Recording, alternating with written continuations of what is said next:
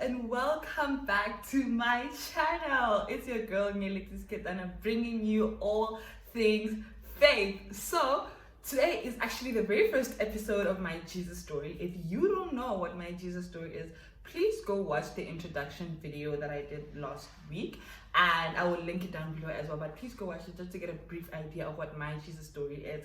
So welcome to the very first episode really of My Jesus Story. That was so cringe. But yeah, welcome to the first episode of My Jesus Story, and I'm so glad that you are here. So as you can see, I don't have a guest with me because I am the guest. Do you know what I mean? I am the man of the hour. You know what I mean?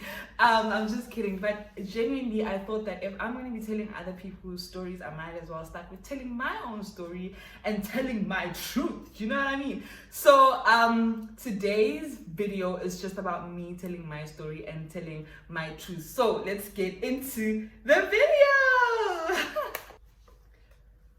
Alrighty, so let me just I have my water with me. I'm ready to get into the details and let you guys know who this person is and how I got here. Like, I didn't just wake up and decide I love Jesus so much and I want to live for Jesus. There was a process to this, and I just want to kind of like let you guys in on what that process looked like.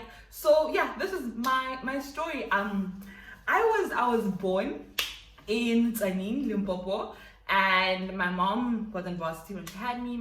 She was in KZN, and then I was raised basically by my grandparents, my grandma and my granddad, the best people on this planet, hands down. They just loved me so much, and I think in the early stages of my life, I really didn't feel the absence of my mom and my dad because my grandparents were those kind of people. My grandfather was actually like a lead pastor at Zion Christian Church branch, that side back home. So for those who don't know, Zion Christian Church is also known as ZCC. So I grew up in a ZCC church. Like, I am a ZCC baby, fully involved in the church, doing everything that was like ZCC and that was like church, which was cool at that point because I didn't really have that much of a relationship with God. I was just going with the motions. It was something that was happening at home, so I was like, sure, cool, if this is what we're doing, let's roll with it. I was like in a private school, and it was actually a Christian school as well, so there was like Christian principles, and we had Bible studies and a whole lot of that. So that's kind of where I learned a little bit more about the Bible and about God, because this is personally for me, it was just not doing a lot, but I went because of my grandparents and because it's the church, it's the family church. Yeah, it's the family church. So was raised in Zanin, raised in ZCC, had somewhat of a relationship with God, like somewhat of an idea of who God is. And yeah, so my dad actually passed away in 2008. 2008 or 9 if I'm not wrong. And then just like, he wasn't in my life prior to that, but then losing him at that point, it just kind of made me realize that, hey, you actually don't have a father for real. Like, you don't have a dad. And you know, other kids, they have their fathers, they have their people, and it's like, where's your dad? And people talk about their dad's side of the family. My dad's side of the family was all the way in KZN, and I don't have that much of a relationship with them. So I kind of had that longing already to be like, okay, you know what? I want to have like a father-daughter relationship, but my father is not there. My father is gone. He's in a grave somewhere. You know what I mean? So what happens now? And already when I lost my father, that triggered something in me. That triggered a search in me to be like, you know what? I need a dad. And at that point though, I was still quite young. My uncles were there, my grandparents were there, so it was like I didn't really feel it that much, but I could feel that there was something that was missing in my life. So fine, still didn't have a relationship with God, grew up in ZCC, and then my mom actually came and fetched me in 2013 or 2014, where I moved to stay with him in Polokwane just after I lost my grandfather, which was kind of like, you know, because he was the one person that was truly a father figure in my life as well. So losing my grandfather was also like, man, this sucks, you know what I mean? And I lost an uncle too in those years, the uncle that was actually also living with me at home, that was like playing a father role in my life. Lost him too, lost my granddad. So really, like, all the male figures that were kind of like playing the father figure in my life was just like dropping dead, if I could put it like that. They were just passing away, and I didn't know like what to do in terms of like having that father-daughter relationship, you know what? So I moved to go stay with my mom after losing my grandfather, and then I went to Grace Bible Church. Yeah, I went to Grace Bible Church in Polokwane, and I got saved in 2015. I went to the altar when they did the altar call, and I said, you know what, Jesus, I don't know you.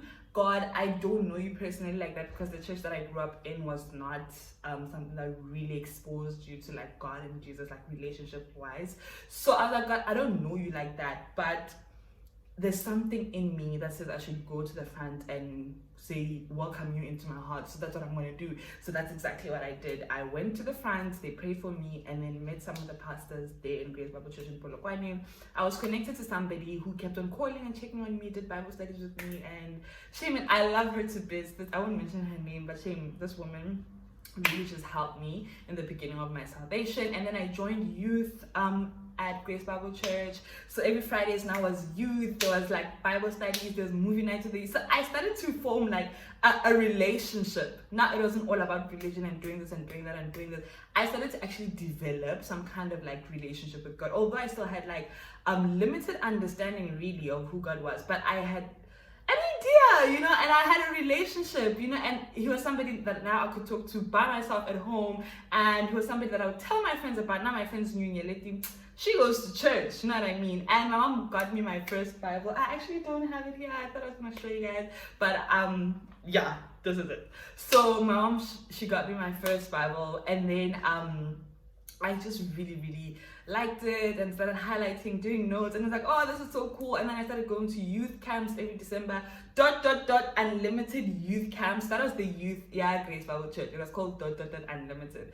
I grew so much in unlimited, just the Fridays and the youth camps in December. You'd meet other people, and it was just a blast, like a week straight of just Jesus. They were pumping Jesus into your blood, literally. But I felt so in love with those experiences, and it just made me want more. I didn't want it to be only like a week thing, but I wanted my whole life to look like that, just pumping Jesus into my vein the whole entire time. Do you know what I mean? So those youth camps, you know, after youth camp, you're like, yo, pumped and everything, and then 2 weeks after it just dies down, and then it's like back to like not reading your Bible every day, not praying and stuff like that, you know. So anyways, Grace Bible Church throughout my high school career, if I can put it like that. And then in matric, really, I just stopped going to church because I was like, I'm gonna focus on my matric, which was a bad decision. If you are getting busy, one thing you should always focus on is God, because he's the only person that can help you in that business of yours and in that situation that you have. Okay.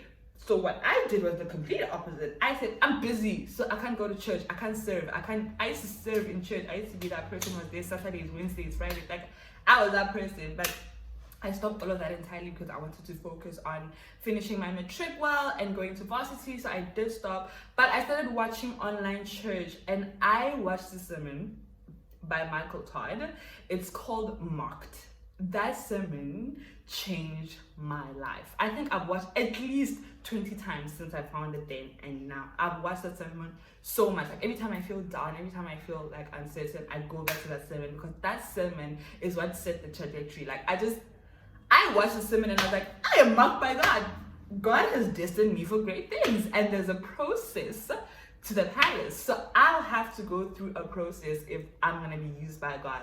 And that sermon changed my life. Like it's like I'm standing here because that sermon really said something in me.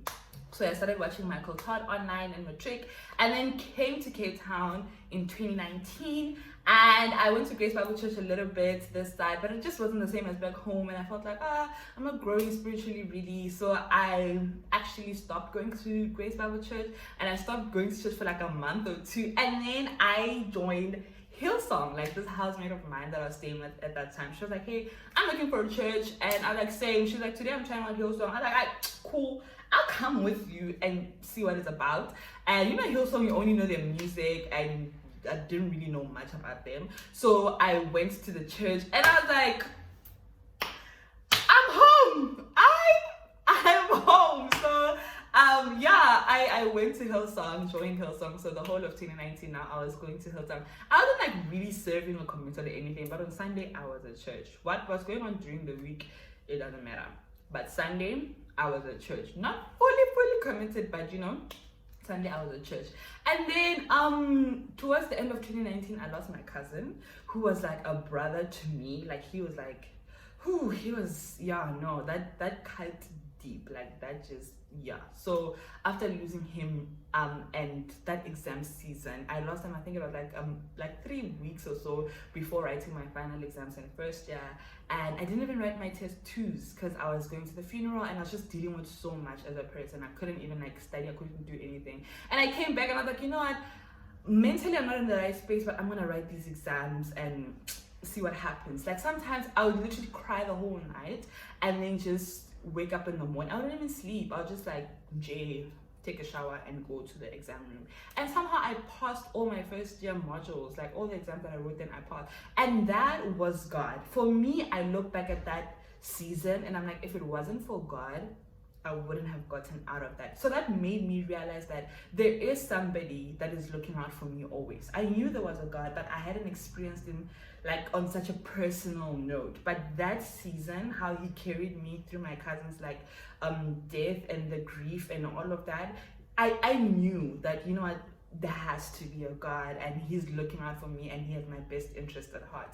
So went home that December, came back in February, came back to Cape Town, and then just life was so rough, like Cape Town for me was just not the greatest place because like first year I dealt with like a lot of anxiety and a whole lot of that, and after losing my cousin, like Cape Town, I associated Cape Town with like grief, pain, and a whole lot of that. So coming back also, it was still like really painful for me to come back to Cape Town and to be in Cape Town, you know what I mean? And then Hillsong hosted this conference called Summerfest. I actually didn't want to go, but I don't know, something in me was like, bruh, just try it out, meet new people, make Christian friends, you never know what could happen. I said okay, paid for it, and then we went away to this farm. This was like at the end of February. Went away to this farm for like overnight, one night, and then I encountered God there. Like I was so overwhelmed by his love. We had this session called Worship After Dark, and they're just worshiping and praying for people for healing and all of that. And I was like, wow, this is how I want to live my life. This is how I want my life to look like. You know what I mean? So I encountered God. I was so overwhelmed by his love. I just felt like so good, man. I felt like, God, I'm so sorry that I didn't take the steps to build a relationship with you. Like I want to build a relationship with you, and I don't care what it takes. I don't care if I lose my friends. I don't care if like just the lifestyle that I've been living has to completely like die down and I have to like start all over again. I don't care, but I just want to live for you. And the next day after the camp, they were having baptisms at church on a Sunday. So the Holy Spirit said to me, girl, you need to get baptized if you're really serious about this. I said, cool. I went home, I did research on baptisms, I prayed about it. Really, I didn't even tell anyone, actually, like not even my mom. I didn't tell anyone. I just told my friends who were my housemates at that time that, okay, I'm actually getting baptized, and they're the one that came to my mom, and everybody just saw the video and I was like, done already. So I went to church, got baptized, and from that moment, never looked back. That baptism on the 1st of March 2020, never looked back. And what God did in 2020, because I made the decision to follow him and live for him fully, I was personally unimpressed with 2020 because the whole year of lockdown and isolation and COVID, God was really tearing me apart, breaking me down, just like, hey, it was so bad. Like I had to deal with all the losses, the grief, my anxiety, just like so many things that I thought I dealt with, but I didn't. God really he tore me apart and I had to deal with all those things. And I was like, okay, cool. 2020 was bad. I'm not even gonna lie. I'm 0 rating for me personally. But it was the most I don't know how to put this, but it's the year that built me. Like the lady that is sitting here today was built in 2020. 2020, I fell in love with God. I fell in love with worship. I fell in love with praying. I fell in love with reading the word. I read the word for fun. I'm not saying this because I'm a Christian. I'm saying this because genuinely, I find the Bible so interesting. 2020 is the year that built me. It tore me apart and God really built me up. I'm built different now because of everything that I went through in 2020. I came back to Cape Town in 2021 and Hillsong wasn't open at that time. So I asked a friend of mine Nisa if I could join her church, because she posted a story and saying I'm going to church, something like that, or her at church, something. And I was like, hey dude, I just want to be in the house of the Lord, because the whole of 2020 I was actually by myself and I was longing for a Christian community. And TikTok, you know, TikTok is like those Christian friends and everything, and you're like, I want that. And I would pray. I remember this one night I cried to my mom, because I lost so many friends when I started working for God fully. I cried to my mom and I was like, I feel so lonely and it's so bad and I don't know what to do. You know what I mean? And my mom was just like, hold on, bruh, like God knows that He's doing through you and in you. And yeah, 2021 I came back to Cape Town, and then I asked a friend of mine, can I please go to your church, because I haven't been to church in a long time. And then I went to that church and testimony about going to that church. So I told God, I said, God, you know what? I like worship music. And if I go to that church and they play a song that I know or that I like, I'm gonna go back, because now I was looking for a permanent home and a community. So cool. I went to that church in the morning service and they played, the first song they played was I Thank God by Maverick City. And that was one of my favorite songs at that time. And I was like, God, you know what? I just love you. I just love how you speak my language and how we communicate, you know? So they played that song and I was like, okay, this is my home. Thank you, God, for the confirmation, because this is my home. And then, yeah, I went for the morning service, went back for the evening service. I was going to prayers. I just went ahead first. And this church it's CRC. CRC, where I'm currently at right now. So yeah, I joined CRC in 2021, I think March, April, somewhere there, and then I started serving. I just went head first, got fully involved, and now that's where I still am. I'm in CRC, and I've grown so much as an individual, but also in my faith at CRC. Guys, like, when I tell you what CRC has done for me, like I could literally go on for a good hour telling you what CRC has done for me and how much I've grown being at CRC and how much I've matured in my faith. Now I serve and I'm like really committed, and I'm just like so passionate about people and about bringing people to God, and that's the kind of culture CRC instills in you. So yeah, I was just like super excited about that, and then that brings us to where I am today. Today, I am sitting here, I am serving the Lord diligently, fully persuaded, seeking Him fervently, and just, I don't think I'll ever look back to the point where I didn't have a full relationship with Him. So yeah, that's basically my story and how I got here. It was triggered by looking for a father, and God, honestly, the best father I could have ever asked for. Like, He helped me heal the pain that I had because of not having my father, my actual physical father, and He became the best father that I could have ever asked for.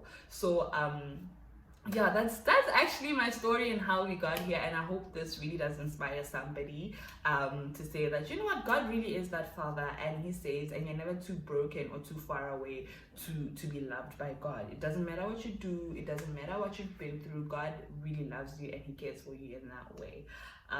Yeah, okay, that is my story, and I'm so glad that you guys stayed until here. I'm so excited for the guest we have next week, because it's a really, really good friend of mine, and I can't wait for you guys to hear his story.